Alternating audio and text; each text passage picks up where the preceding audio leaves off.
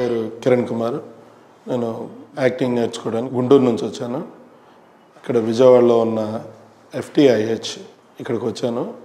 ఈరోజు master class జరిగింది. ఇక్కడికి వచ్చి ఈ మాస్టర్ క్లాస్కి నేను అటెండ్ అయినాక నాకు చాలా విషయాలు తెలుసుకున్నా.